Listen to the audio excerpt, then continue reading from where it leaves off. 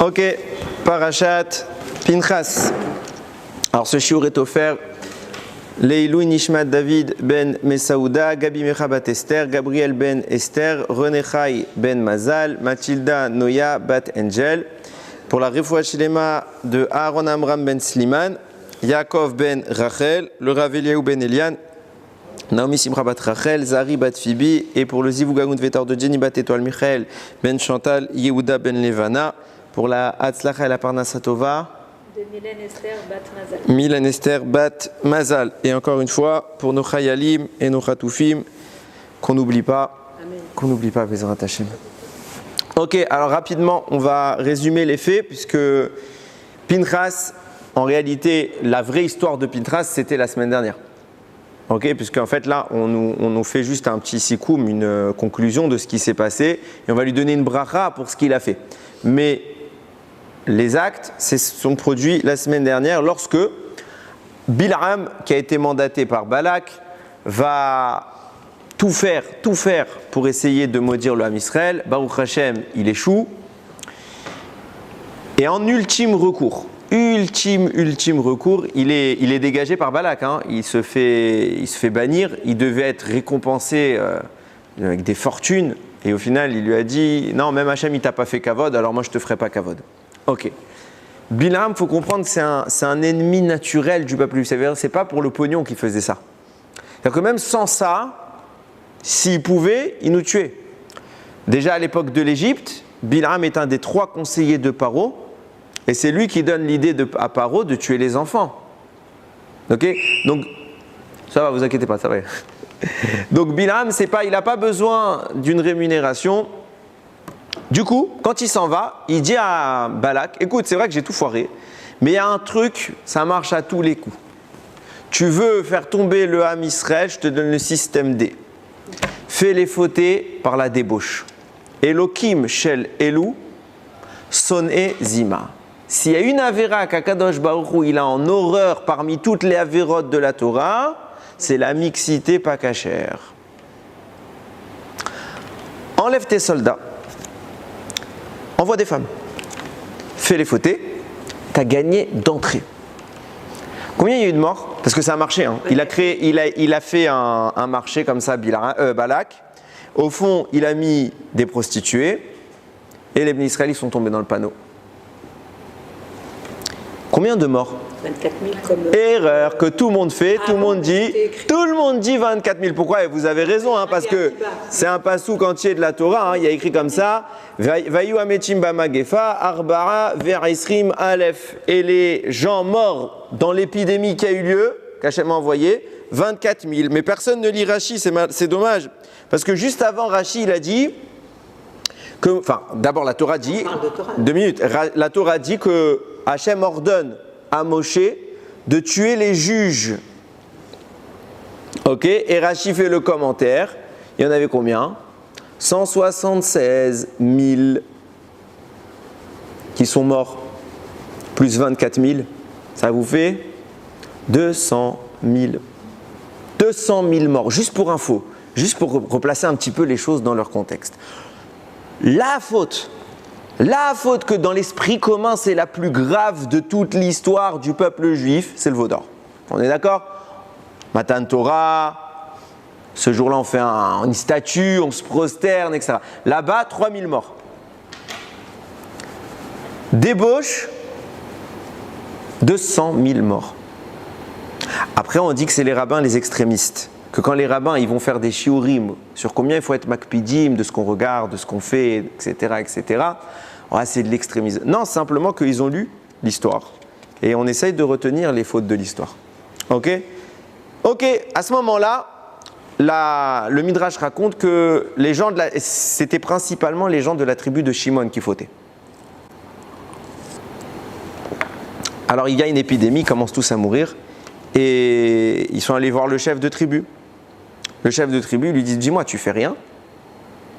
Qu'est-ce qu'il a fait? Mais c'est une histoire, on a l'impression qu'on est on est à Sdom. On a l'impression qu'on est à Sdom. Il prend une femme midjanite. Il va voir Moshe, il dit, j'ai droit ou j'ai pas droit avec elle? Il n'attend pas la réponse. Moshe, il est choqué de la question. Il lui dit, si tu me dis que j'ai droit, alors j'ai droit. Si tu me dis que j'ai pas le droit, toi tu es marié avec une Midjanite. La femme de Moshe, c'est la fille de Yitro, Cohen Midjan. La réponse, elle est un enfant de 2 ans, il a dit.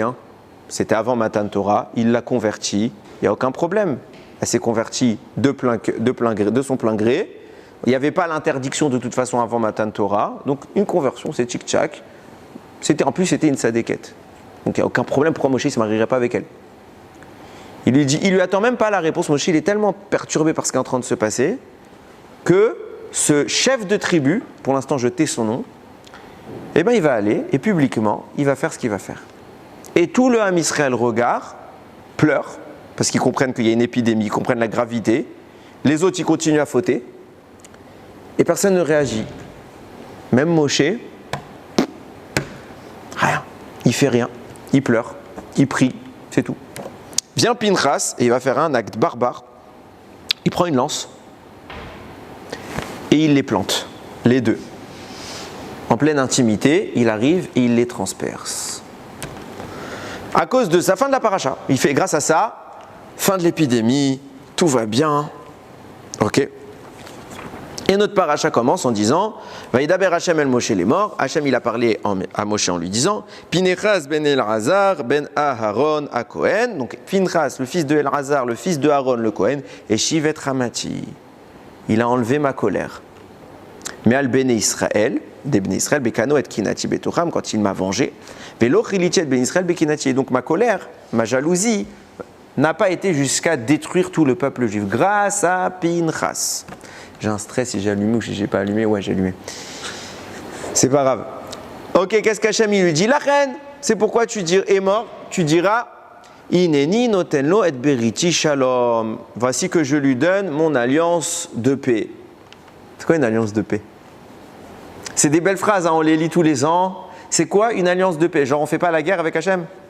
Genre on est en guerre et tout, on fait traité de paix, cessez le feu. Alliance de paix, ça veut dire quoi? Ça fait combien d'années que vous lisez cette phrase? C'est terrifiant, hein? Là, il avance quelque chose. Là, Hachem, il rajoute quelque chose. Il dit, et dorénavant, lui et sa descendance, je leur donne une alliance pour la Keuna, la prêtrise. Ils deviendront Kohanim. Et c'est là que Pinchas est un cas isolé de l'histoire. On va commencer, vous avez les infos, maintenant on va commencer un petit peu à réfléchir. Ok, première remarque. Depuis le début, je vous ai parlé d'un monsieur qui est le chef de la tribu de Shimron. Celui qui fait attention en lisant le texte, entre la semaine dernière et cette semaine, il y a une différence flagrante, nette et surprenante. C'est que quand vous lisez le texte de la semaine dernière, on nous dit ni c'est qui le monsieur, ni c'est qui la madame. Top secret, on les appelle Ish Veisha. Donc je reprends, hein, si je le retrouve. Voilà. Veineish mi Bnei Israël, un homme de parmi les Bnei Israël, il est venu, Vayakrev el Echavet à Midjanit, il a présenté la Midjanit, on sait qu'elle vient de Midjan, mais c'est qui, on ne sait pas. L'aîné Moshe ou l'aîné Kol Adat Ben Israël, Ve'ema Borim Betar Wel Moed, et tout le monde était en train de pleurer. Vayavo Arar Ish Israël, quand Pinchas il est venu, on l'appelle encore contre qui Pinchas s'en est pris? Ish Israël, un monsieur de Israël. Et après on répète encore, Et Ish Israël, Veta Isha, l'homme et la femme. Ok, c'est qui? Non. On ne sait pas. En plus, on connaît les chefs de tribu. Donc on pourrait, genre un petit peu de réflexion, on reprend quelques versets en avant, on voit c'est qui le chef de la tribu de Shimon, c'est fini. Non, on ne nous dit pas c'est qui. Et maintenant, notre paracha, comme si ce n'était pas le même auteur.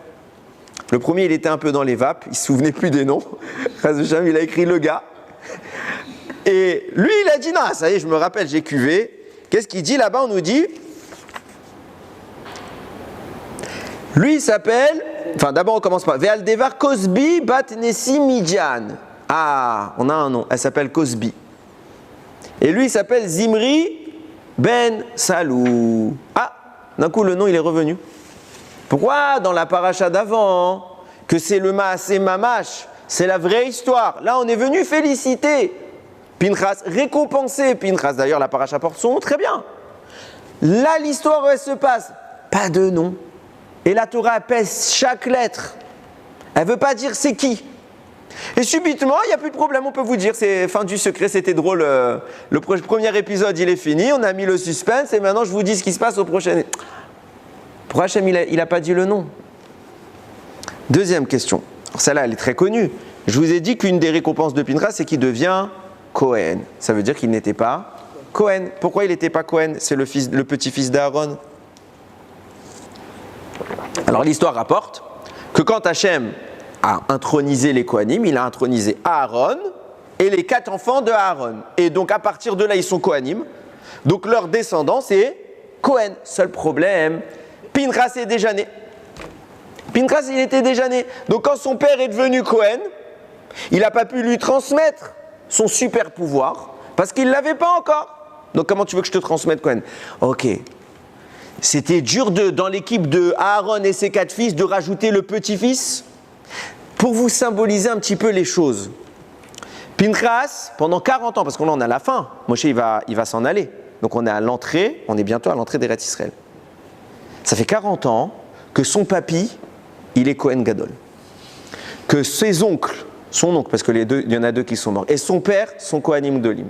Que ses frères, ses petits frères, sont Kohanim, mais lui il n'est pas Kohen.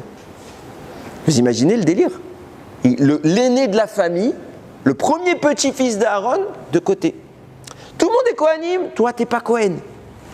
Un des mérites de Pinchas, c'est qu'il s'est tué, il n'a rien dit. Pas une fois il a dit « et moi ». Pas une fois. Et là, au bout de 40 ans, parce que il va faire ce qu'on a raconté, ça y est, tu as le droit de rentrer dans l'équipe. Tu peux venir, bienvenue au club. Ça sert à quoi? Fais-le dès le début. On continue. Gros problème, technique cette fois. Comment il est devenu Cohen? Il est devenu Cohen parce qu'il a vengé Akadosh Baruch Hu, donc il a tué Zimri et Cosbi. Le moyen par lequel il devient Cohen, c'est le moyen par lequel on perd la Keuna. Ça veut dire un Cohen qui a tué n'est plus Cohen. Enfin, il est Cohen, mais il ne peut plus officier. Tu verses le sang, tu fais un crime, un meurtre, même quand ce n'est pas toujours un meurtre. Je précise tout de suite, au cas où des gens écoutent sur Internet et qui sont Kohanim et qui sont à l'armée. Ok, Rav Ovadia Yosef, il a fait tout un psak halacha, comme quoi pour l'armée, aucun problème. Donc il reste Kohanim. Ok, il n'y a pas de souci, vous pouvez toujours montrer, faire Birkat Kohanim, vous pouvez toujours monter Rishon, aucun problème. Mais là, c'était pas un chiyuv de les tuer. Il n'y a pas d'obligation halachique pour Pinchas de venir et d'embrocher Zimri. Donc ce qu'il a fait, c'est entre guillemets, c'est retirer la vie. Or, un Kohen qui retire la vie ne peut plus officier en tant que Kohen. Et lui, alors vous allez me dire, il n'est pas Kohen, ça tombe bien. Mais comment l'acte qui engendre la perte du statut va lui offrir ce statut? Alors il y a un midrash qui nous permet un peu de jouer entre les lignes. Midrash Rabbah, là-bas il écrit, il y a eu 12 miracles quand Pinchas est arrivé. Parmi les 12, il y a écrit là-bas, même une goutte de sang ne l'a pas touché. Ça veut dire que quand il a transpercé, on imagine bien qu'il y a dû avoir un peu de sang, c'est un peu gore, même une goutte ne s'est pas approchée de lui pour pas qu'il soit impur. Et plus que ça, Hachem a fait en sorte qu'il reste longtemps en vie, même quand ils ont été embrochés. Ah, ça devait être horrible, hyper gore, t'aurais pu faire un film d'horreur. Pourquoi? Pour pas que ce soit directement Pinchas qui soit impactés, et on peut jouer, il reste Cohen. Je comprends quand même pas, on est bien d'accord. Tu veux lui donner le titre de Cohen et par une récompense, par un mérite qui est l'antithèse des Kohanim. L'antithèse des Kohanim. C'est raconté comme ça, vous connaissez l'histoire de Shmuel Hanavi. Shmuel Hanavi va faire, je vous fais en bref, il est Lévi, et le Kohen Gadol s'appelle Aéli avec un Aïn, et là-bas, Shmuel Hanavi va enseigner une halakha, il va dire, c'est pas obligé que les Kohanim ils fassent la shrita du korban. Quand il y a un korban, un sacrifice, ça peut être les autres. Et en réalité, pourquoi il a donné cette halakha? C'est pour dire normalement, c'est même mieux que les Kohanim ne fassent pas la shrita, parce que la shrita, c'est un acte violent, et les Kohanim, c'est le chesed. Ça doit être le chesed incarné. Pas machim. C'est pas sourd. Ça leur convient pas trop que ce soit comme ça. voyez quoi, j'ai cru que le son, je crois que le son il s'est encore coupé, mais c'est pas grave. Heureusement j'ai le plan B. Je dis donc, c'est pas Kol Karmatim, donc on va éviter. Ok, même histoire. Même histoire. Ici, on est en train de dire quoi? On est en train de dire que l'acte qui va lui donner ce titre, eh ben finalement, c'est l'acte qui est censé le lui enlever. Deuxième point. Enfin non, c'était déjà le troisième. Quatrième point. Et là, on en arrive à l'antithèse. Je vous ai dit, il lui a donné Berit Shalom, une alliance de paix. Après avoir tué quelqu'un, la récompense, c'est qu'il lui a donné la paix. C'est pas antinomique. On va tout à l'envers. Et regardez dans la Torah, vous verrez dans un Sefer Torah, quand vous voyez le mot et Beriti Shalom, dans le Sefer Torah, le Vav, il est brisé. Ça veut dire quoi? Le mot Shalom, c'est le Vav du Shalom, c'est un trait en haut, un petit espace rikiki et un trait en bas. Il y a un espace qui vient briser ce Vav-là. Alors il y a plein de commentaires, je repose la question qui est universelle. Pourquoi le mot Shalom, le Vav, il est coupé en deux? Vous allez voir qu'on va essayer d'apporter une autre réponse. Enfin, je termine avec, je pourrais vous poser 15 000 questions, on va s'arrêter là. Je donne une dernière question.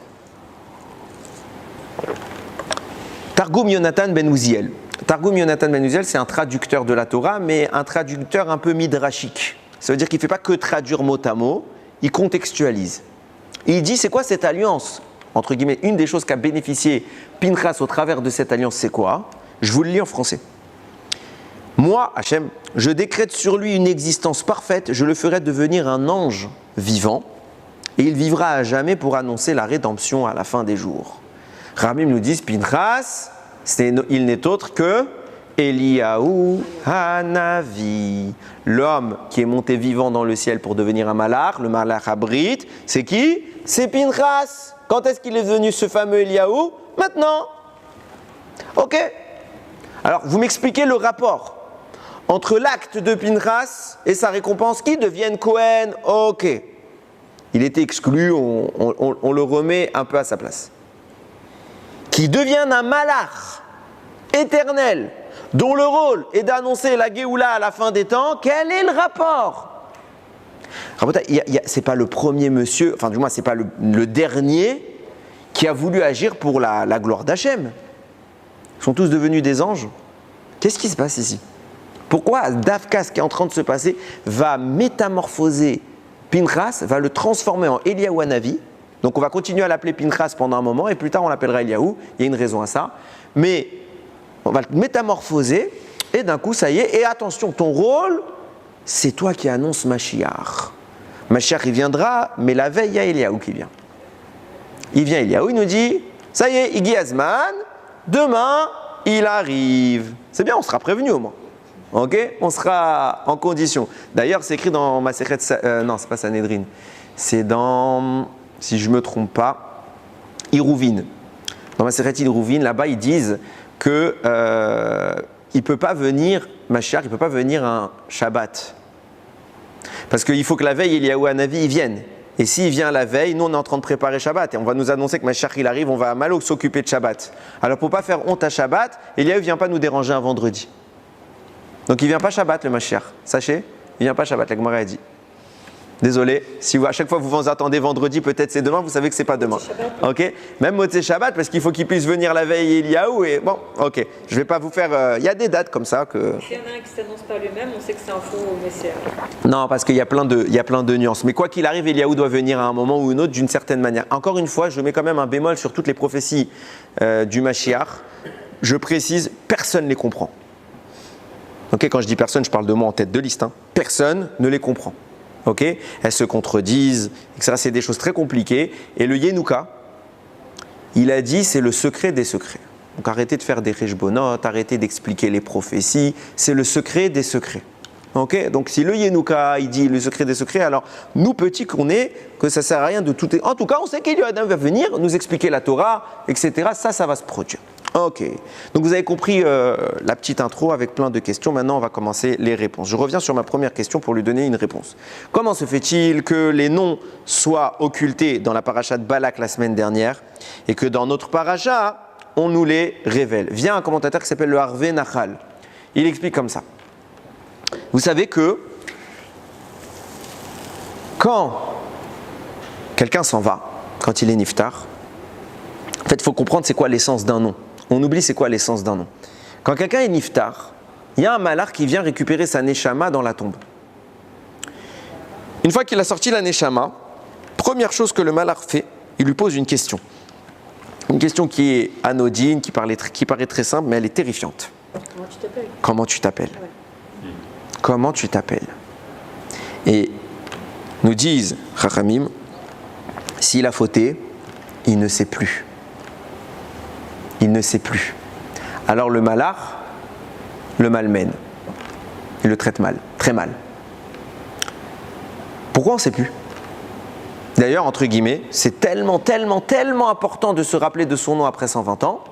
Il y a une ségoula que peut-être vous connaissez à la fin de la Hamida.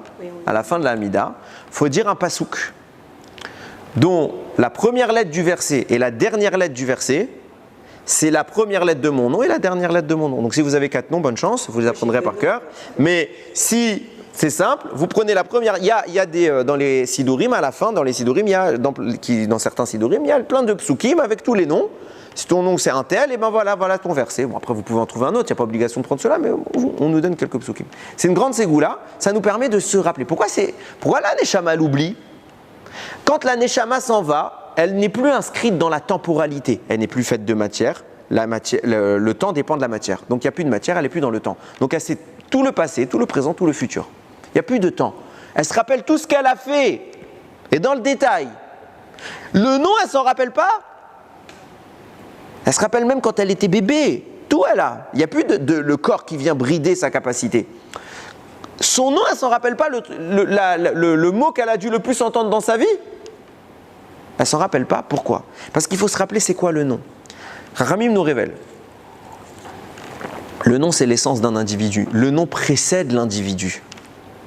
On dit que nos parents, quand ils ont choisi notre nom, s'ils ont choisi un nom kasher, je répète, s'ils ont choisi un nom kasher, t'appelles ton fils à sa brit mila ou ta fille à sa nomination, tu l'appelles par un nom goy, sans aucun nom juif, c'est pas un nom kasher. Ça veut dire que c'est son nom, mais chabala lazman. Ok, c'est pas un nom qu'on doit donner. Nos parents, quand ils disent notre nom, Ramim dit ça s'appelle Roi HaKodesh. Pourquoi ça s'appelle Roi HaKodesh? Parce qu'on n'a pas choisi un nom. Le nom existe avant l'enfant. L'enfant qui est apparu de cette manière parce qu'il avait tel nom.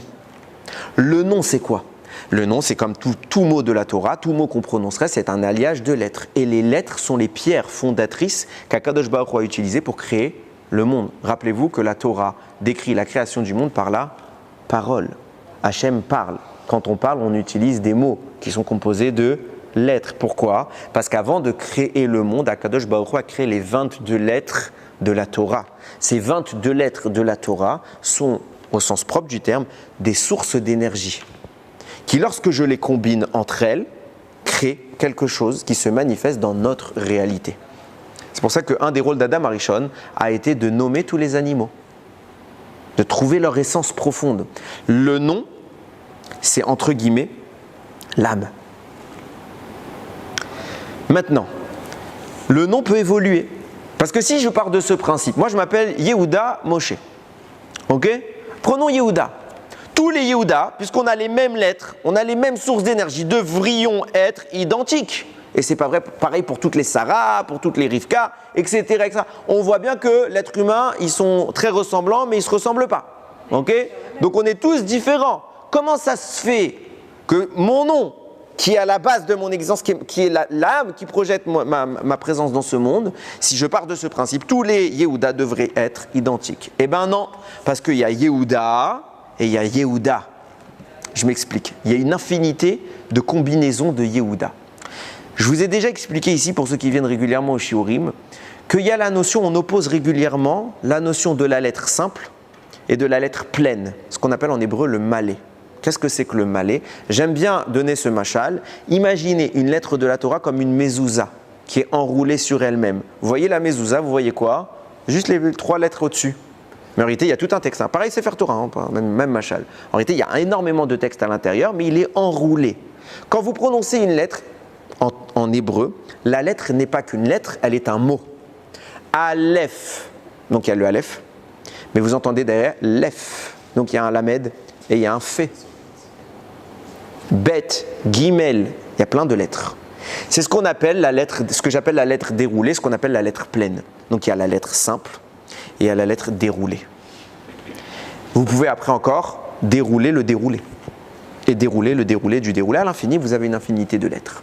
Nous dit le Harvé Nahal, quand on vient dans le monde, le nom qu'on nous donne correspond à l'état dans lequel on doit apparaître en fonction du déroulé. À savoir, qu'est-ce que c'est que mon nom ? C'est mon lien avec le ciel, c'est mon âme spirituelle. C'est ce qui va générer, c'est la concentration de toutes les connexions que je dois avoir pour pouvoir vivre ma vie. Ça veut dire qu'Akadosh Baruch Hu va placer en moi ou en vous des potentiels qui viennent du ciel.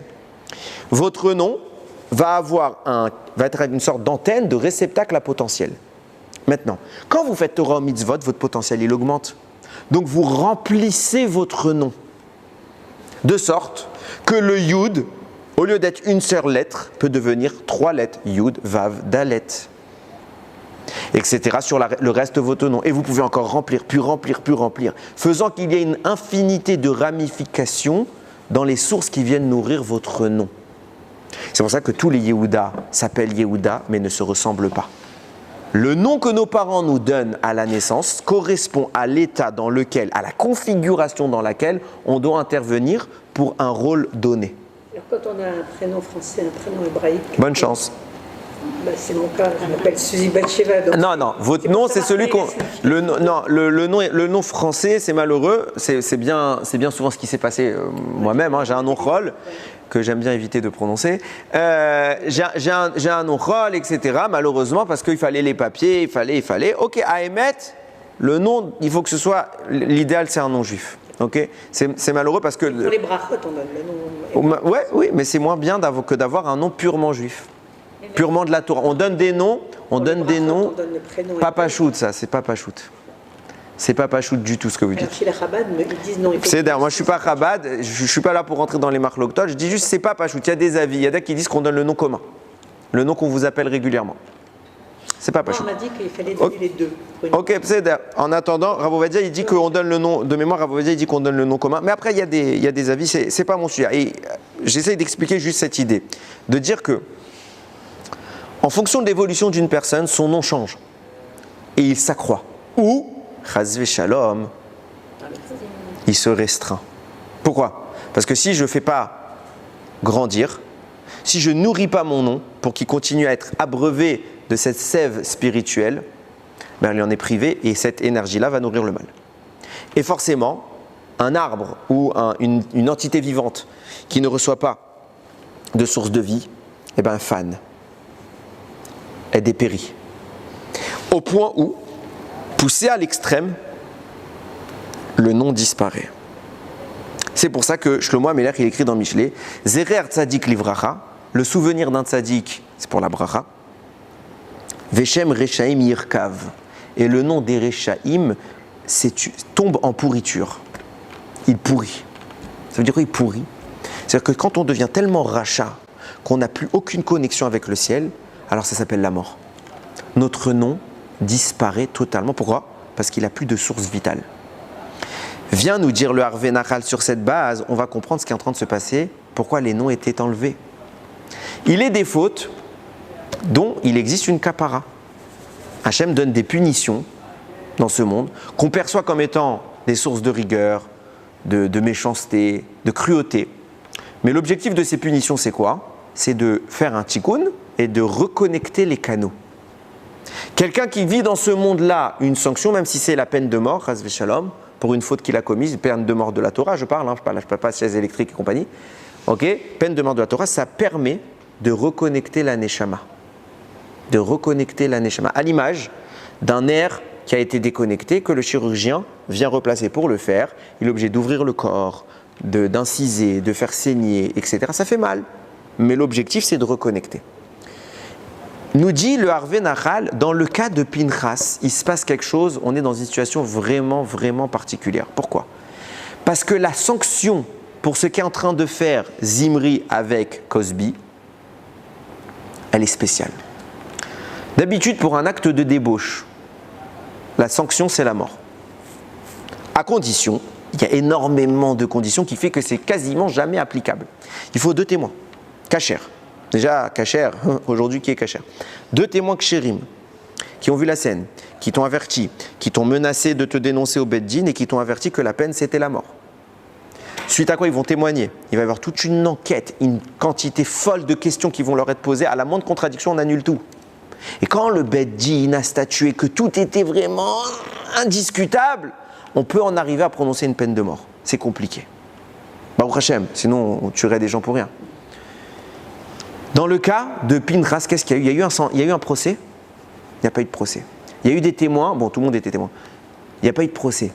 Pourquoi? Parce que nous dit la Gemara, Masechet Sanhedrin, il n'y a pas de procès dans cette situation. Seule une personne zélée, a le droit d'agir et de les tuer. Point. Vient le Harvé Nahal, il dit c'est quoi cette histoire? Il précise, on a le droit de les tuer qu'au moment où ils sont encore en train de fauter. S'ils ont terminé leur avéra, on ne peut plus les tuer. Et celui qui viendrait les tuer serait en train de commettre lui-même un meurtre. Il n'a plus le droit de les tuer. Il pose la question, le Harvé Nahal, il dit je ne comprends pas. C'est une avéra super grave, elle a fait 200 000 morts. Celle-là, elle ne vaut pas la peine de mort. On n'a pas le droit de les tuer. Il ne faut pas faire un procès pour les punir et réparer leur neshama. Il dit non, surtout pas.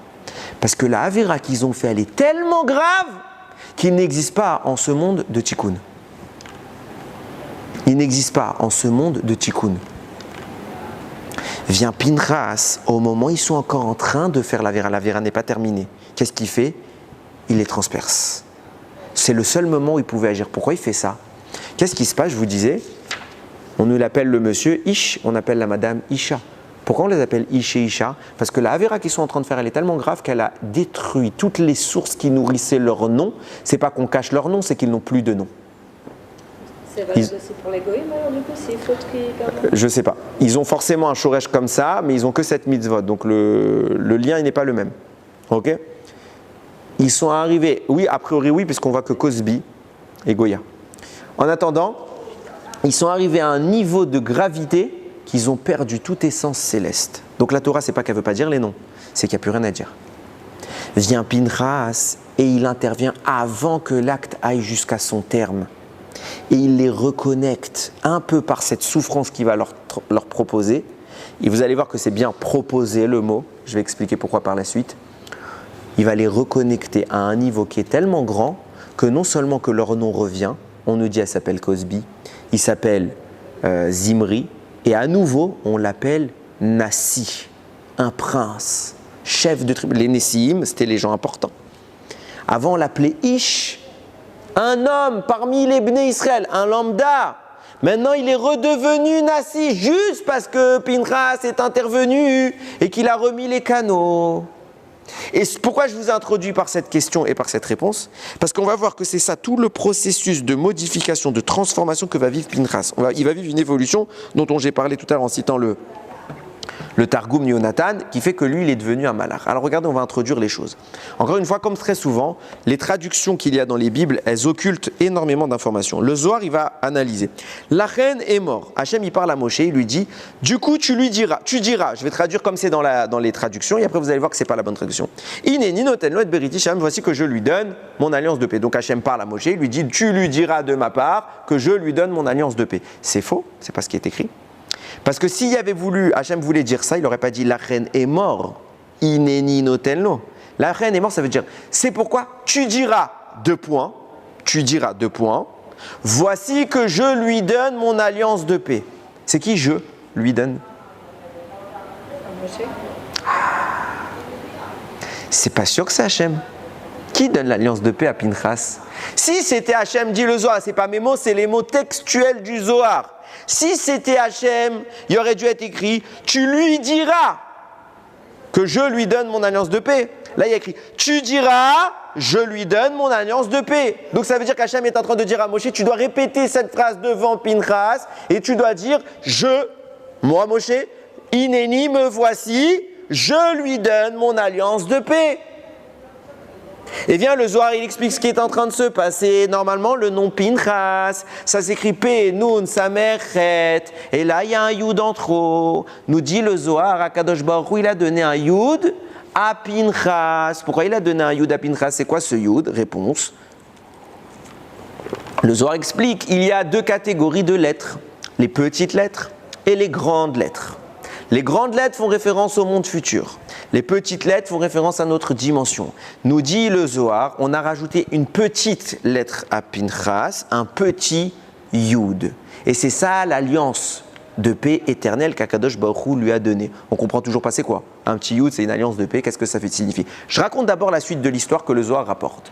Akadosh Baruch Hu, au moment où il veut donner cette lettre, il est entre guillemets embêté. Il dit, j'ai un problème. Cette alliance de paix ne m'appartient pas. Elle appartient à qui? À Moshe Rabbeinu. Pourquoi elle appartient à Moshe Rabbeinu? Parce que Moshe Rabbeinu, toute sa vie, il l'a consacré à se sacrifier pour le peuple juif.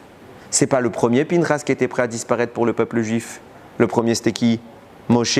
Il a dit à quoi? À Kadosh Baruch Hu, efface-moi de ta Torah. Et pas qu'une fois, il est intervenu pour le peuple juif. Des centaines. Donc Kadosh Baruch Hu va voir Moshe Rabbeinu et lui dit, est-ce que tu m'autorises? On lui donne. J'ai dit, qu'est-ce que tu me demandes? Il dit, oui, mais toi, tu es celui qui a sauvé non-stop le peuple juif. C'est à toi.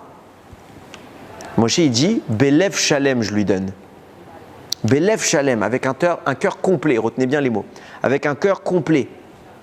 Hachem lui dit, d'accord, si tu es d'accord, tu vas le voir et tu vas proclamer, toi, Moshe Rabbeinu, Ineni noten lo et beriti shalom, mon alliance à moi, Moshe, je la lui donne. Le Zohar conclut, il dit, mais attends, s'il la lui donne, alors il l'a plus. Il dit, non, c'est comme une flamme. Une fois qu'on a allumé une flamme, on peut allumer plein d'autres flammes sans perdre d'intensité.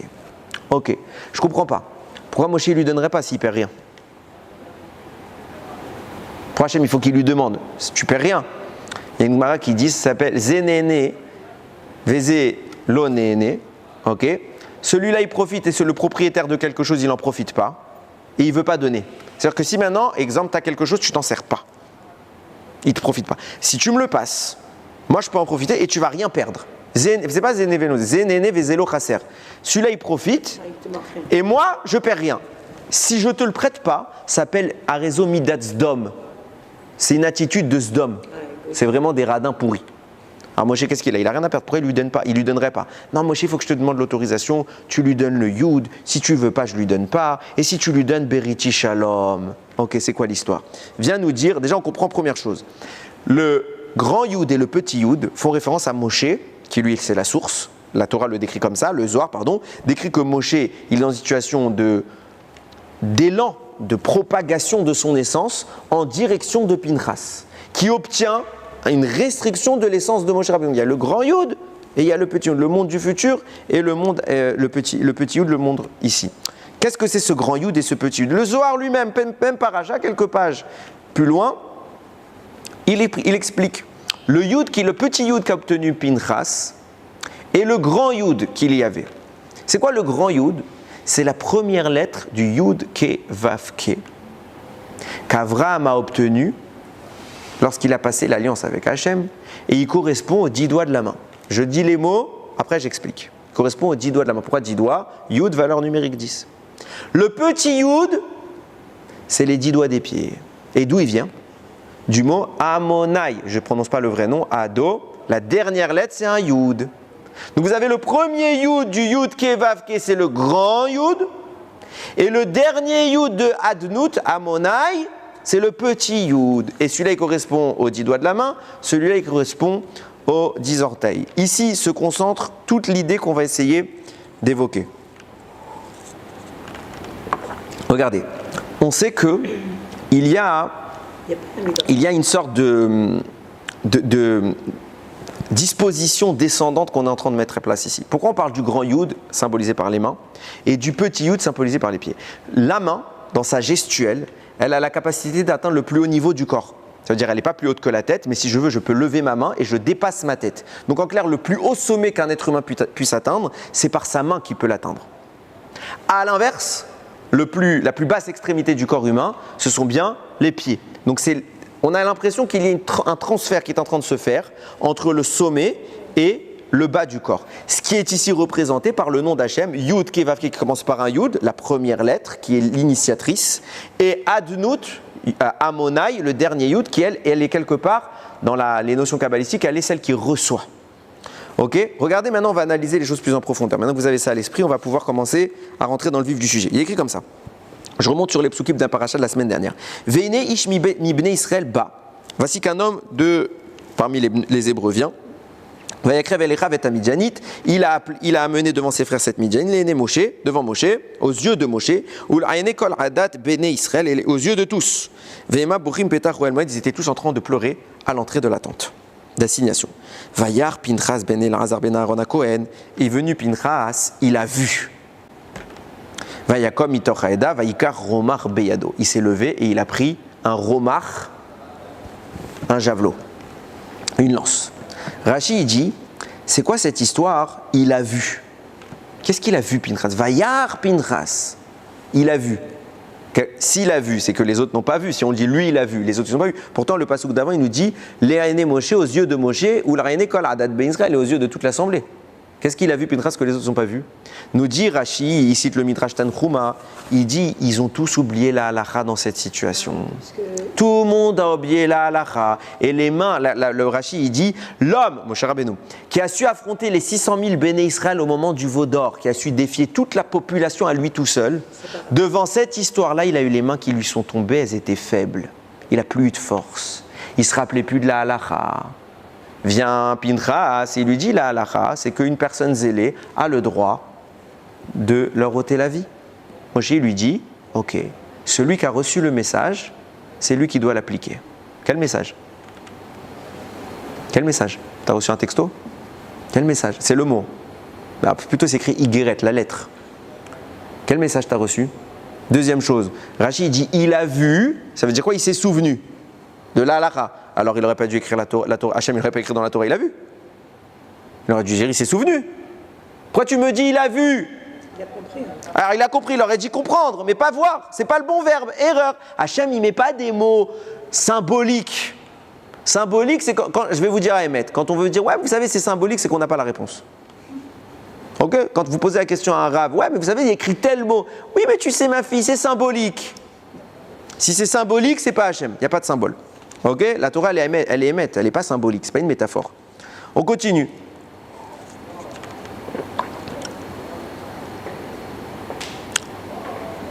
Comment on en arrive à dire que Moshe il a oublié la halacha? Nous disent Chachamim, c'était fait exprès. Hachem il a fait exprès de lui enlever la halacha pour que Pinchas puisse agir. Et grâce à ça, il va devenir Cohen parce que ça fait quand même 40 ans qu'il attend. C'est compliqué, hein, les mises en scène d'Akadosh Baruch Hu. Tu veux le rendre Cohen, rends-le Cohen. Où il est le problème? Va faire oublier à Moshe une halacha pour que Pinchas ce soit le seul de toute la planète qui s'en rappelle. C'est compliqué tout ça. Pourquoi ça passe comme ça? Pourquoi tordu? Vous allez voir qu'il y a chaque fois que c'est tordu, c'est qu'on n'a pas les infos pour que ce soit lisse. Et vous allez voir que quand il y a les infos, d'un coup, pouf. Regardez ce qu'il dit le Zohar encore une fois. Le Zohar, il explique qu'est-ce qu'il a vu Pinchas. Il a vu le même, la lettre même, du mot mavet, de la mort, qui volait dans le ciel. Il a vu quelque chose mamache. Il a vu la lettre même de la mort voler dans le ciel. Qu'est-ce qu'il a fait? Il l'a prise. Alors là, on est vraiment dans la caricature. Qu'est-ce qui se passe? Science-fiction. Il voit un même et il dit tiens, je vais le prendre. Pourquoi je vais le prendre? Et là, vous allez comprendre. Parce que le Gematria de Pinchas, c'est Resh Chet 208.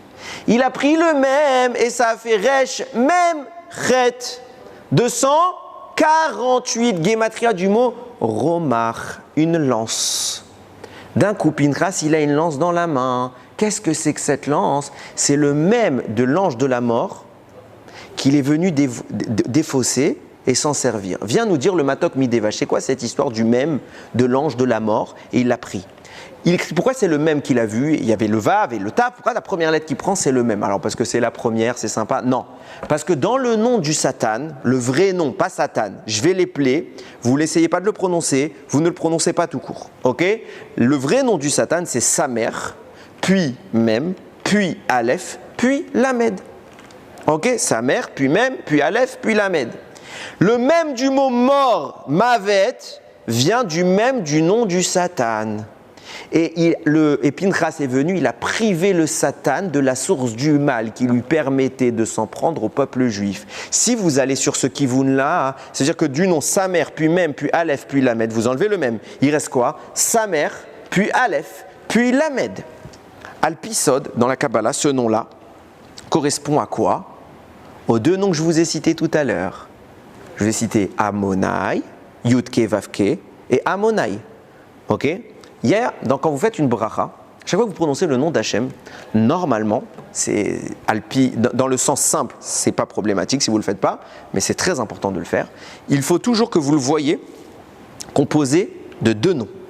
À savoir, vous savez qu'on ne peut pas prononcer Yudke Vavke, le vrai mot. Yé ou on ne peut pas le prononcer. On dit Ado, trois petits points. Pourquoi? Pourquoi? Depuis la destruction du Beth Amikdash, on n'a plus le droit de prononcer le Yudke Vavke. Les fautes ont scindé le nom d'Akadosh Baruch Hu. Quand on prononce Baruch Ata Hashem, il faut voir les lettres de Yudke Vavke et de Amonai Beshilouv. Ça veut dire quoi? La première lettre, la première lettre. La deuxième lettre, la deuxième lettre. Ok? Ça vous fait dans l'ordre. Je l'ai écrit ici pour ne pas m'embrouiller. Yud, puis Aleph, puis He, puis Dalet, puis Vav, puis Nun, puis He, puis Yud. Je fais exprès de mettre puis pour ne pas prononcer les lettres dans le bon ordre. Okay? Vous le voyez dans tous les livres qui sont bien faits. Okay? Dans les Sidurim, vous voyez toujours Baruch Ata Hashem et à côté il y a écrit ce mot-là. Ce qu'on appelle le Shilouv, le mélange des deux noms. Prenez le nom Yudke Vavke, 26, Gematria 26. Prenez le nom Amonai, Gematria 65. 65 plus 26 vous fait 91. C'est exactement le nom du Satan privé du Mem, sa mère, puis Aleph, puis Lamed. Pourquoi? Parce que qu'est-ce qui fait que je ne peux pas prononcer Amonai, Yudke Vavke comme il devrait être prononcé? C'est les Averot, c'est l'impureté. On n'est plus assez connecté avec Akadosh Baruch Hu pour dire véritablement son nom. Qui est responsable des Averot? C'est l'ange du mal. Vient Pinchas, il lui prive de sa source et il ne laisse que derrière Yudke Vavke et Amonai combinés pour te dire que dorénavant, puisqu'il n'y a plus cette interruption, cette force du mal qui vient faire une interférence avec le divin, alors la connexion est subitement redevenue totale. Et la première lettre de ce mélange de noms que je vous expliquais, le premier Yud qui est le grand Yud, est la source qui va traverser tout l'édifice des lettres composées des deux noms pour arriver au petit Yud et qui vient donner au petit Yud toute sa substance, toutes ses forces. Le grand Yud est entre guillemets le papa du petit Yud. C'est pour ça que le premier Yud il est au début et le dernier il est à la fin pour dire on conclut le phénomène. Ça, c'est ce qui est précisément ce qu'a fait Pinchas, à savoir qu'il a réunifié, en saisissant ce même, il a réussi à réunifier le nom d'Akadosh Baruch Hu. Et c'est ce qu'on dit tous les jours quand on fait Aleinu les Shabéar. On cite une phrase que Yecheskel il a dit, on dit Ve'aya Hashem le Meler, et à la fin des temps Hashem sera le roi, Al Kol Haaretz, sur toute la terre. Bayom Haou, en ce jour-là, Yé Hashem Echad, Hashem sera un, ou Shmo Echad, et son nom sera un. Pourquoi son nom? Il sera un, parce qu'aujourd'hui on l'a divisé et on ne peut plus le prononcer normalement, on l'a scindé en deux. À la fin des temps, quand Akadosh Baruch Hu va détruire les forces du mal, alors le nom d'Hachem redeviendra entier. Regardez ce qui va se passer. Nous dit le Targum Yonatan ben Uziel, au moment où Moshe Rabbeinu il était devant la tente avec les Bnei Israël en train de pleurer, qu'est-ce qu'ils faisaient? Ils étaient en train de réciter Shema Israël, Hachem Elokeinu, Hachem Echad. Écoute Israël, Hachem est notre Dieu, Hachem est un. Ils sont en train de réunifier le nom d'Akadosh Baruch Hu. Pourquoi ils font ça? Qu'est-ce qui est en train de se passer? Et pourquoi ils n'y arrivent pas? C'est Pinchas qui va réussir. Vous regarderez dans le schéma Israël, le Harizal il explique. Bon, première chose, vous savez qu'à la fin du schéma Israël, on rajoute 3 mots. On dit Hachem, Elokechem, Emet. Ouais. Quand vous êtes en minyan, normalement, il ne faut pas dire ces mots. C'est que le Chazan qui dit. À condition que vous sachiez que le Chazan, c'est un Talmid Chacham qui a étudié. Pas un gars qui est venu dans la Keila, il est venu, il a dit j'ai un chiyuv, je fais Chazan. Ok? Pourquoi? Parce que si celui-là il fait Chazan, il y a 99% de chances, et encore je suis poli quand je dis que 99% de chances, que vous soyez quitte de rien du tout. Qu'il ne soit pas saoul. Il faudrait trembler devant de monter sur une teva. Tellement il y a des halachot. Lisez un jour les halachot du Shulchan Aruch sur c'est quoi les qualités d'un chazan. Si un jour vous trouvez un chazan qui a ces qualités, vous levez, vous lui embrassez les mains. Ok? Pourquoi je vous dis si vous êtes béminyan, normalement vous n'êtes pas censé le dire, parce que le chazan il est censé vous acquitter. Il est censé vous acquitter de quoi? De Hachem, Elokechem, Emet. S'il ne pense pas explicitement dans sa tête à vous acquitter, que vous ne l'avez pas dit pensant qu'il allait vous acquitter, vous n'êtes pas quitte. De quoi vous n'êtes pas quitte? Dans le schéma, il y a 245 mots. Rabbi nous dit il faut qu'on en arrive absolument à 248 mots. Donc on rajoute Hachem, Elokechem, Emet pour faire boule, 248 mots. Resh, Mem, Chet, Romach. La lance. Ils étaient en train de réciter le schéma Israël. Pourquoi on doit réciter les 248 mots du schéma Israël? Parce que c'est ça qui va vitaliser les 248 membres de mon corps. Vient nous dire le Harizal. Ça, c'est dans le sens simple. Dans le sens profond, tu es en train de vitaliser les 248 membres de la dimension divine. Et il y a une relation qui est en train de s'opérer entre toi et le ciel, dans lequel tu fais les canaux que je vous ai expliqués tout à l'heure. Mes 248 membres se connectent aux 248 membres en haut. C'est pas Stam schéma. Il se passe énormément de choses dans le schéma. Je vous montrerai dans ce livre-là comment il est long le schéma, d'après le Harizal. Il est gigantesque, ça prend du temps, il y a des cavanotes, etc. Quand on donne le schéma à lire à un jeune bar mitzvah, c'est... Il faut lui expliquer, et il ne faut pas compter sur lui, pour s'acquitter. Si c'est un jeune barbier, on lui fait kavod, on ne compte pas sur lui pour s'acquitter. On fait soi-même le schéma. Aujourd'hui, au Hachem, tout le monde fait la tfila. Donc aujourd'hui, on s'acquitte nous-mêmes. Qu'est-ce qui est en train de se passer? Il y a donc une connexion, je disais, entre les Resh, Mem, Chet, 248 membres en haut et les 248 membres en bas. Qu'est-ce qu'il vient faire Pinchas? Il vient expliquer tout ce que je suis en train de vous dire maintenant. Moshe Rabbeinu, il avait plus de force dans ses mains. Pourquoi? Parce que Moshe Rabbeinu, c'est le grand Yud qui est censé faire descendre le Shefa, le flux divin, vers le petit Yud, ça veut dire vers le bas. Moshe Rabbeinu, il a plus de force dans ses mains. Pourquoi il a plus de force dans ses mains? Parce que Moshe sait ce qu'il doit faire, mais il ne peut pas le faire, il n'y arrive pas. On va expliquer pourquoi. Moshe essaye de faire descendre les 248 énergies pour reconnecter le corps en bas avec son nom en haut. Exactement ce que Pinchas va réussir à faire. Moshe n'y arrive pas. Pourquoi? Parce qu'il y a la faute. Viens Pinchas, il voit l'origine du problème. Ce même-là, il le saisit et d'un coup apparaît dans ses mains un romar. C'est quoi le romar? La lance, c'est le Kriyat Shema que les Bnei Israël étaient en train de réciter. Bien sûr qu'il y avait une lance physique et bien sûr qu'il a transpercé les deux personnes. Mais quelle était l'efficacité qui nourrissait cette lance? C'est la lance spirituelle. C'est quoi cette lance spirituelle? C'est quand vous faites Shema, Israël, Hachem Elokeinu, Hachem Echad. Là d'un coup, Pinchas, il est saisi d'une arme qui n'est pas que physique, qui est nourri d'une source céleste et il peut interagir là où même Moshe Rabbeinu n'a pas pu interagir. Pourquoi? On va comprendre. Nous disent Chachamim, écoutez bien, vous connaissez cette histoire, donc vous avez compris qu'il y a un inyan avec le schéma. Vous connaissez cette histoire de Rabbi Akiva peut-être, sans doute vous l'avez déjà entendu, que Rabbi Akiva, il s'est fait attraper par les Romains et il a été mis à mort par les Romains. Pourquoi? Parce qu'il enseignait la Torah en public et ils avaient interdit. Rabbi Akiva, il s'en fiche, pas grave, continue. Il s'est fait attraper, ils l'ont torturé. La Gemara, Masechet Brachot, elle raconte les tortures horribles qu'ils lui ont fait. Donc ça veut dire qu'ils l'ont mis sur la place publique. Ils ont pris un peigne d'épines et ils lui ont peigné toute la peau. À vif, il n'y avait pas d'anesthésie. Hein. Ils lui ont arraché toute la peau. Et Rabbi Akiva, il rigole. Et il fait, Chacham et ses élèves, ils lui disent, ah, jusqu'à là, tu vas. Il fait, attendez, il faut que je fasse schéma. Et il rigole, et il rigole. Ils lui disent, mais jusqu'à là, tu vas rester le schéma en rigolant, Bessimra. Il dit, oui, Mishnah, elle nous dit quoi? Ve'avta et Hashem Elokecha, tu aimeras Hashem ton Dieu. Bechol levavecha, de tout ton cœur. C'est écrit au pluriel, de tous tes cœurs, ton Yetzer Hara et ton Yetzer Tov. Bechol levavecha, ufrol nafshecha, et de toute ton âme. La Mishnah a dit, afilou notel nafshecha, même s'il te prend ton âme, tu l'aimes de tout ton cœur. Rabbi Akiva, il dit, toute ma vie, j'ai espéré pouvoir prouver à Akadosh Baruch que je l'aime de tout mon cœur, même s'il enlève mon âme. Maintenant qu'ils sont en train d'enlever mon âme, je ne vais pas être content, je ne vais pas réciter le schéma de tout mon cœur, lui dire je t'aime même maintenant. Il a fait Shema Israël Hashem Elokeinu Hashem Echad, sa neshama elle est sortie. Heureux celui qui est mort en prononçant Echad, la Gemara dit. Pourquoi Rabbi Akiva c'est le seul barbu qui veut mourir en disant Shema? Il y a d'autres. qui était tout aussi grand. Non, c'est pas écrit sur eux. Lui voulait absolument mourir en faisant le schéma. C'est de là que vient qu'on est obligé de faire lire le schéma quand quelqu'un décède? Non, c'est une halakha, parce qu'on doit mourir en acceptant la royauté d'Hachem. Ok? Et c'est parce qu'il y a cette halakha que Rabbi Akiva le dit. Ok? Je disais donc, pourquoi Rabbi Akiva de Kolkar il veut?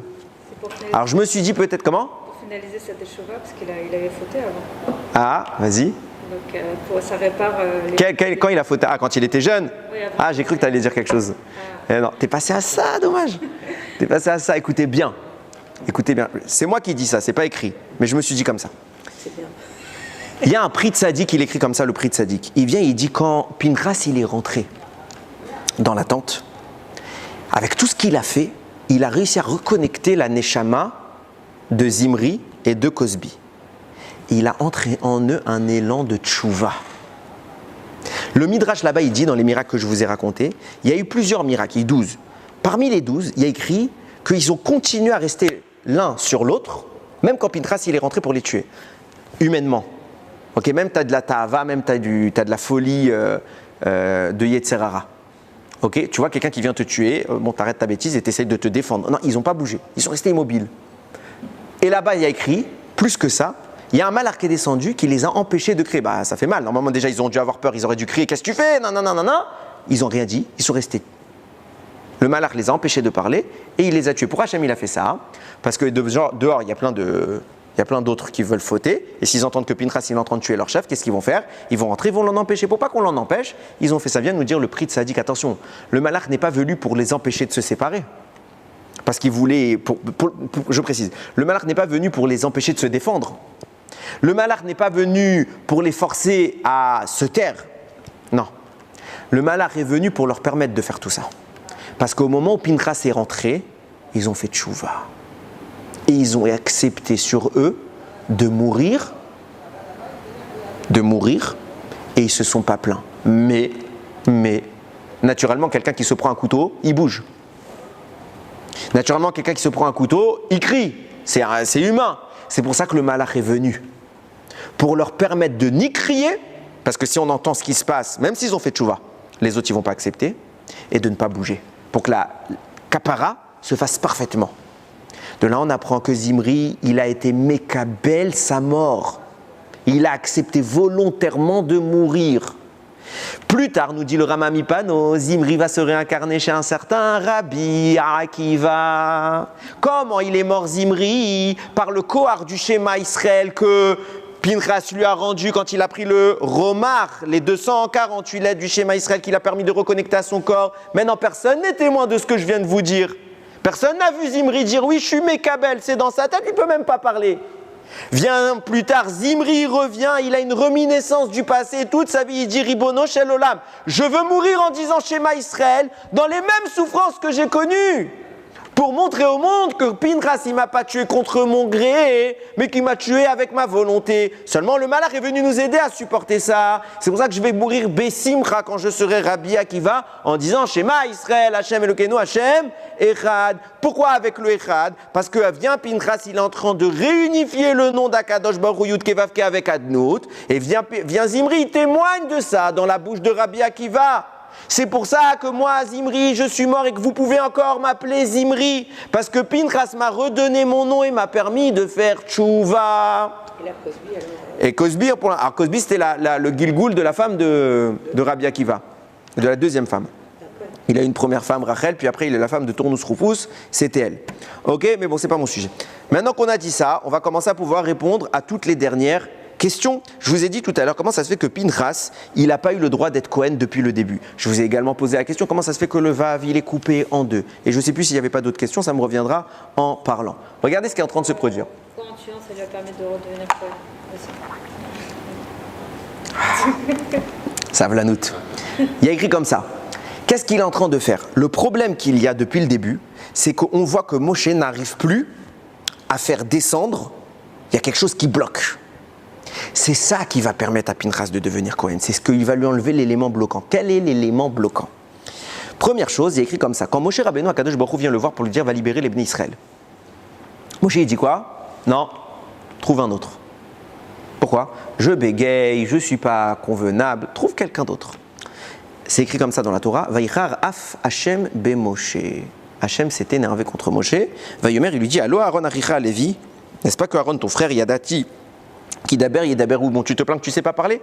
Voilà, j'envoie Aaron le Lévi. Viens, Rashi, il cite l'opinion de Rabbi Shimon Bar Yochai, il dit, tu ne trouves pas une seule fois dans toute la Torah que Kadosh Baruch Hu, il s'énerve et ça ne laisse pas de traces. Hashem, il s'énerve contre Moshe, obligé, il y a une trace. Et c'est quoi la trace? Il n'y a pas de trace ici, il a été puni? Rien. Et vient Rashi, il dit, s'il a été puni, quand il lui a dit Hashem, que Aaron, ton frère, le Lévi, arrive. Parce que normalement, Aaron aurait dû être et rester Lévi. Qui aurait dû être le Kohen? Moshe. Ah, tu te plains. Tu ne seras pas Kohen. Qui sera Kohen à ta place? Ton grand frère. Ah bon? Il n'a pas été Kohen, Moshe?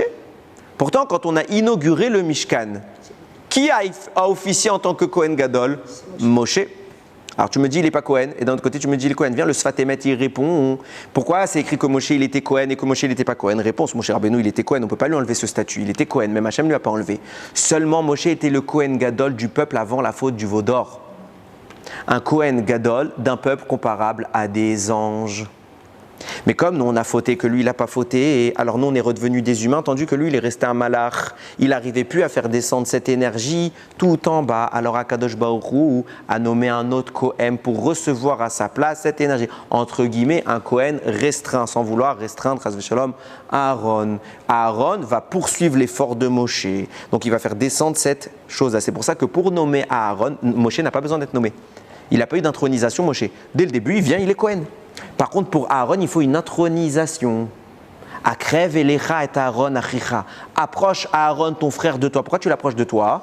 Parce que toi, tu es le vrai Kohen. Et de toi va émaner l'aura qui va imprégner Aaron pour qu'il devienne un Kohen alors qu'il n'en est pas un. Parce que c'est toi la source. À ce moment-là, Aaron devient Kohen. Seulement, il y a un deuxième problème. Il fallait absolument qu'il y ait quelqu'un qui soit mis de côté dans cette transformation de la famille d'Aaron. Pourquoi? Parce que nous dit le Zohar, il y avait un deuxième problème. Moshe, il a dit, je ne peux pas parler. À ce moment-là, Hachem, il lui a dit, ah, tu ne peux pas parler, et donc tu ne peux pas parler de ma Torah. Si tu ne peux pas parler, tu ne peux pas parler de Torah. Donc je te bride dans ta capacité à transmettre la Torah. Et tu pourras transmettre qu'une partie de la Torah qui cachera toute la Torah. Mais tu ne pourras pas révéler le secret qui est caché dans la Torah. Qui sera chargé de révéler ce secret? Celui qui sera pour toi une bouche. Qui sera pour toi une bouche? Un certain malach qui s'appelle Eliyahu Hanavi, qui viendra à la fin des temps annoncer la Géoula et expliquer tous les secrets de la Torah pour préparer le retour de Moshe Rabbeinu. Entre guillemets, Moshe Rabbeinu, c'est lui Mashiach, c'est écrit dans le Zohar. Ok, fin de la parenthèse. Donc je disais, pour que Moshe Rabbeinu puisse venir, on va avoir un préparateur, un professeur qui va compléter l'enseignement de Moshe Rabbeinu. C'est Eliyahu qui n'est autre que Pinchas. Or, comment Moshe est appelé? Regardez comment la Torah parle de Moshe dans la paracha Chukat. Là-bas, les Bnei Israël doivent voyager, ils vont passer dans la ville de Édom. Ils demandent, est-ce que tu nous laisses passer? Ils vont dire non. Et là-bas, il y a écrit, avant d'introduire, est-ce qu'on passe chez toi? On fait une petite intro de notre life, on raconte un peu notre biographie. On raconte qu'on était en Égypte, on a souffert, et là-bas, Vanitzrak el Hashem, on a crié vers Hashem, Vaishma kolenu, il a entendu notre voix, Vaishlach malach, et il a envoyé un ange. Rachid dit, c'est qui le malach? C'est Moshe Rabbeinu, qu'on avait fait tout un shiur entier. On expliquait que Moshe Rabbeinu, en réalité, il avait la madriga d'un malach. C'est pour ça qu'il avait un deuxième nom comme les malachim. Un nom dans le même format que les malachim, c'est quoi? Yekutiel. Tous les malachim se terminent par Aleph Lamed. C'est pour ça qu'il s'appelle Yekutiel également. Parce qu'en réalité, c'était un malach. La Torah parle de lui, Vaishlach malach. Il a envoyé un malach. C'est qui? C'est Moshe. Pourquoi on l'appelle malach? Pour te dire que maintenant, le deuxième problème que je suis en train de vous expliquer, oui, il faut un Kohen. C'est bon, on a Aaron, on a ses enfants. Mais il faut un autre Kohen qui a une autre fonction, c'est celle de compléter la bouche de Moshe, pas que maintenant devant Pharaon, mais de compléter la bouche de Moshe dans l'enseignement de la Torah. Ce Kohen-là, c'est Pinchas qui doit devenir Kohen et doit être imprégné de Moshe Rabbeinu. Et qu'est-ce que c'est que ce problème-là que Pinchas est en train de faire quand il va enlever la mort? Il va devenir Kohen. Quel était le problème qui empêche les Bnei Israël et Moshe de faire cette transition? C'est ce même de la mort que Pinchas a vu et que personne n'arrivait à voir, qui faisait qu'on ne pouvait pas descendre l'énergie du grand Yud des mains supérieures de Moshe jusqu'au petit Yud qui est à la fin. Pinchas transforme le Malach HaMavet l'ange de la mort, qui s'appelle Samer, puis Mem, puis Aleph, puis Lamed. Il lui enlève son Mem. Il ne reste plus que Samer, Aleph et Lamed, qui vous fait la combinaison du nom d'Akadosh Baruch Hu avec le nom d'Akadosh Baruch Hu. Et il reconnecte les Bnei Israël avec Avinu Sheba Shamayim. Puisqu'il a fait cette reconnexion-là, alors il est le prototype même d'un Kohen. Et il devient Kohen. C'est quoi le remords qu'il avait? C'était Shema Israël, Hashem Elokeinu, Hashem Echad. Et puisqu'il a fait cette reconnexion-là, qu'est-ce qui se passe? Nous dit le Zohar, Akadosh Baruch Hu demande à Moshe, est-ce que tu acceptes qu'on lui donne ton héritage, ton shalom? Moshe, il lui dit, je lui donne. Et on dit, mais Moshe, il a resté le shalom. Et donc Pinchas et Moshe, c'est la même chose, simplement que Moshe vient nourrir Pinchas, parce que Moshe, c'est le grand Yud qui n'arrivait pas à descendre. Et venu Pinchas, il s'est lié à Moshe pour terminer le travail. Moshe, il a oublié une halakha. Non, Moshe connaissait la halakha. Il ne pouvait pas la formuler dans ce monde. Le monde ne pouvait pas entendre la halakha jusqu'à ce que vienne un homme qui s'appelle Pinchas et qui enlève la frontière, qui permette à cette halakha de descendre et à permettre la reconnexion entre Hachem, son sommet, et nous, tout en bas. C'est pourquoi je vous ai dit tout à l'heure, le mot shalom est écrit avec un vav brisé. Pourquoi avec un vav brisé? Parce que si la lettre elle est brisée, ça veut dire elle est cassée. C'est comme si elle n'était plus là. Enlever le vav, ça fait quoi? Shalem, complet. Pinchas est devenu complet à ce moment-là parce qu'il a complété le nom d'Akadosh Baruch Hu dans sa continuité. Et regardez comment il a fait pour compléter le nom d'Akadosh Baruch Hu dans sa continuité. Ça veut dire quoi compléter? Ça veut dire faire passer du petit Yud, le premier de Amonai, jusqu'au dernier Yud de Amonai. Vous suivez? Ok? C'est pour ça qu'on va prendre le Vav, on va le couper en deux. Ça vous fait un petit Yud en haut, un petit Yud en bas. Le grand Yud qui était tout en haut de Yud Ke Vav Ke, jusqu'à maintenant il était brisé, il ne pouvait pas atteindre le bas. Le dernier Yud vient Pinchas et il fait Shalem. Il a rendu le nom d'Akadosh Baruch Hu entier. Alors Akadosh Baruch Hu dit à Moshe, il a terminé ton travail. C'est pour ça que ce n'est pas Moshe qui viendra nous apprendre la fin de la Torah. C'est qui? C'est Eliyahu alias Pinchas.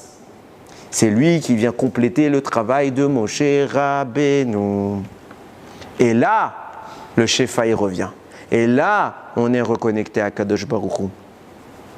Et là, les 248 membres de notre corps sont affiliés aux 248 membres d'en haut. Les gens croient, et je conclus, parce qu'il est assez tard, les gens croient que la Torah, c'est un folklore. C'est des belles histoires. Déjà, c'est une petite histoire sympathique, faite en 5 livres, enfin en 24. En 24, parce qu'il y a la suite. 2 minutes, je termine. Faite en 24. Une belle épopée. La Bible, on appelle ça le canon biblique. Belle histoire qu'on raconte à nos enfants, des petites histoires. Ah, il y a une pratique. Il faut bien canaliser les gens. De temps en temps, on a une petite fête commémorative. On va se rappeler de Pessah. On est fort quand même, ça fait 2000 ans qu'on s'en rappelle. On se rappelle, 3000 ans, pardon. Korban Habayit, voilà, on a Tisha B'Av. On se rappelle, on a un peuple qui a une mémoire, Blainara. On a une mémoire. C'est que du folklore. Que du folklore. La Torah, c'est pas du folklore. C'est pas du tout ça, la Torah. La Torah, c'est comment je me connecte à Akadosh Baruch Hu. C'est les lois de connexion. Quand vous recevez une machine, vous avez un mode d'emploi. Okay? Tu veux savoir c'est quoi Hachem? Tu veux savoir vivre avec Akadosh Baruch Hu? Il y en a, ils font Shema Israël, ils pleurent. Il y en a, ils font Shema Israël, Hachem Elokeinu Hachem Echad. Waouh, ça a mis 2 secondes. Ça a mis 2 secondes. On va arriver à Tisha B'Av. Il n'y aura pas. Mais Hachem, ce sera Yom Tov. Mais dans l'hypothèse où on n'a pas réussi, alors on doit quoi? On doit pleurer ce jour-là. Qui va pleurer? Qui va pleurer? Dites-moi la vérité, qui va pleurer ici? Il y en a un qui pleure. Si toi tu commences à pleurer, tu es tellement content d'avoir réussi à atteindre le niveau où tu as pleuré que la joie, elle va enlever ta larme. Qui pleure? Qui pense aujourd'hui? Tu te rends compte qu'Hachem c'est un SDF à cause de nous? Il n'a plus de maison. Qui pense? Pourquoi il y en a qui pensent? Et il y en a qui ne pensent pas à ça. Il y en a, ils s'en fichent. Il y en a, ils ne font pas Tikkun Chatzot le soir. Pourquoi? Je veux dormir. Je suis fatigué. Bonne raison, on a toujours une bonne raison. Bonne raison de ne pas faire les mitzvot, on en a plein. Je suis fatigué, j'ai le travail, j'ai besoin de ma parnassa, ma femme elle a besoin de moi à la maison, mon mari il a besoin de moi pour faire ci, blablabla. Et notre vie elle passe entière avec que des bonnes excuses. On n'est pas mauvais, on est sincère. Mais on a toujours des bonnes excuses pour ne pas faire. Mais des bonnes excuses pour faire. Pourquoi on ne ressent pas? Vous savez pourquoi? Parce qu'on oublie de se connecter. On lit le schéma comme une astreinte un devoir. J'ai fait ma bonne action, j'ai coché. Aujourd'hui, je devais faire schéma le matin, j'ai fait. Schéma le soir, j'ai fait. Ah, j'ai bien fait mon planning. C'est tout ce qu'on fait, que du folklore. Il est où notre cœur? Elle est où notre relation amoureuse avec Akadosh Baruch Hu? J'ai bien dit amoureuse. On ne le sert pas parce qu'on a peur. On le sert parce qu'on est dévoué. On l'aime. Vous vous rendez compte ce qu'il dit Shlomo Améler dans Shirachirim? Ishbati etrem benot Yerushalayim. Je vais vous faire jurer les femmes de Yerushalayim. Im timtseu et dodi. Si vous trouvez mon bien-aimé, c'est qui mon bien-aimé? C'est Akadosh Baruch Hu. Matagidulo, qu'est-ce que vous lui dites de ma part? J'ai un message à faire. Si quelqu'un y voit Dieu, s'il vous plaît, une chose dites-lui de ma part. On sait ce que nous on aurait demandé. On est d'accord? On aurait demandé plein de choses. Lui dit une chose, vous lui dites de ma part. C'est quoi? Shecholat ava ani. Pas je l'aime. Je suis malade d'amour pour lui. Je veux juste qu'il sache ça. Si je meurs en sachant que Dieu, il sait que j'étais malade d'amour pour lui, alors ça valait la peine de vivre. C'est ça une vie. Ve'ahavta et Hashem Elokecha. On le dit combien de fois et on s'en fout. On ne le pense pas, on n'analyse pas. Ve'ahavta, je t'aime. Pas besoin d'être kabbaliste. Les mots. Déjà on commence par les mots. Après on parlera de devenir des grands. Même pas des grands, des gens qui s'y approchent. Ve'ahavta. Il est où mon amour pour toi? Pourquoi on n'a pas d'amour? Pourquoi vous voyez des grands de la Torah, ils vivent la Torah, ils sont Torah Yom Valaila, et nous, une mitzvah, on se bat. Et quand on a fait, on est wouh, je suis un géant. Je suis génial. Et on va la raconter à ton, tu sais ce que j'ai fait? Pourquoi? Parce qu'on n'est pas connecté. Comment je me connecte? Torah, mitzvot. Les mitzvot ne sont pas un folklore. Les mitzvot, ce n'est pas juste 2-3 commémorations. Les mitzvot sont une technique opératoire. Derrière la mitzvah se trouve Akadosh Baruch Hu. Fais ta mitzvah, tu vas commencer à faire un lien et la partie qui correspond à cette mitzvah dans ton corps, elle va être ravivée. Ton nom va grandir. Tu vas être Yehuda, puis Yud, puis He, etc. Tu vas grandir. Une infinité de lettres. Quand on va monter après 120 ans, ce sera quoi notre nom? On va mettre 1 heure à le dire, tellement il y aura de lettres. Malé, remplir. Ça ne va pas être un petite mezouza. Un Sefer Torah entier, de shvachim, de louanges. On va dire à Akadosh Baruch Hu, Shecholat Avani. C'est ça le travail qu'on doit faire pendant Medam et Tsarim. On doit pleurer pourquoi? Pas parce que les Arabes ont construit un dôme au-dessus de notre... non, juste parce qu'il n'est pas là. Et il nous manque. On aimerait que Papa Avinu Sheba Shamayim il soit là. Et tant qu'on n'a pas ça, tant qu'on n'a pas cette envie, il ne viendra pas. Ça ne sert à rien, il ne viendra pas. Pour le faire venir, c'est que l'effort. Alors on a 3 semaines, c'était le jeûne hier, on a 3 semaines pour enlever Tisha B'Av. On ne doit pas croire qu'il va y avoir Tisha B'Av, on ne doit pas prévoir, il va y avoir Tisha B'Av. Non, on doit prévoir un costume pour Tisha B'Av, car ça va se transformer en Yom Tov. On doit y croire. Pour y croire, il faut que ce soit tangible et concret dans notre esprit. Pour que ce soit concret, Torah. Chacun son niveau. Il faut arrêter de croire, moi je ne suis pas le fils du rabbin, moi j'arrive pas à lire des textes, etc. Tout le monde peut faire des efforts. Chacun son niveau. On prend des livres, on apprend à connaître. On apprend à se rapprocher. Et là, d'un coup, les mitzvot, qui paraissent très difficiles, tombent sous le sens. Je peux vous parler. Regardez, je prends les femmes. Je vous parle de Tniout pendant 6 heures. Okay, si j'arrive à vous faire gratter 2 minutes de Tniout en plus par rapport aux efforts que vous pourrez faire, ce sera génial. 6 heures pour 2 minutes, j'ai perdu mon temps. Pourquoi? Parce que je parle dans le vent. Je prends les hommes, Limud Torah. Je veux parler 10 heures pour vous amener à écouter, à étudier vous-même la Torah, ouvrir des livres, vous casser la tête. Si vous allez ouvrir une fois, j'aurai gagné. 10 heures pour qu'une fois tu ouvres un livre et tu étudies 2 minutes. Pourquoi ça ne marche pas? Pourquoi ça ne marche pas? Parce que 2 minutes, je veux terminer cette idée. Pourquoi ça ne marche pas? Vous ne savez pas pourquoi ça ne marche pas? Parce que vous n'avez pas envie.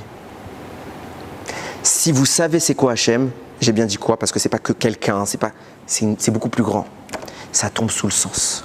Si vous étudiez la Torah, si vous voyez combien elle est belle cette Torah, au point qu'on peut y passer toute notre vie, alors d'un coup, vous allez être imprégné par Akadosh Baruch. Je vais vous parler de Limud Torah, vous allez dire comment faire autre chose? Je vais parler de Tniout, vous allez dire comment ne pas être Tniout. Je vais vous parler de la Lachon Hara, c'est quoi la Lachon Hara? Ce sera normal. Il faut que ça devienne normal parce qu'on ne doit pas faire la Torah par contrainte, mais par adhésion. La Torah, on n'est pas forcé. La preuve, Hachem, il ne nous force pas. Tu veux faire d'Averot, fais d'Averot. Bien sûr, il y aura des punitions. Mais fais, je ne te force pas. Je veux que tu fasses. Hachem, il veut qu'on fasse nous, parce que ça paraît évident. Alors, il ratsonne qu'on va s'approcher d'Akadosh Baruch Hu tellement près que l'évidence sera manifeste pour tous. Que nous aussi, on va pouvoir cette connexion du Yud, le grand Yud, jusqu'au petit Yud. Et Bimera Be'amenu, on va faire cette reconnexion. Eliyahu Navi, il vient nous voir, il nous apprend la Torah qu'on n'a pas encore apprise. Et Moshe Rabbeinu, il revient, Mashiach, il nous libère. Bimera Be'amenu, on efface Tisha B'Av, on ramène les otages, on amène Akadosh Baruch Hu avec sa maison, sa vraie maison qui descendra du ciel. Baruch Adonai Leolam. Amen ve Amen. Je vous ai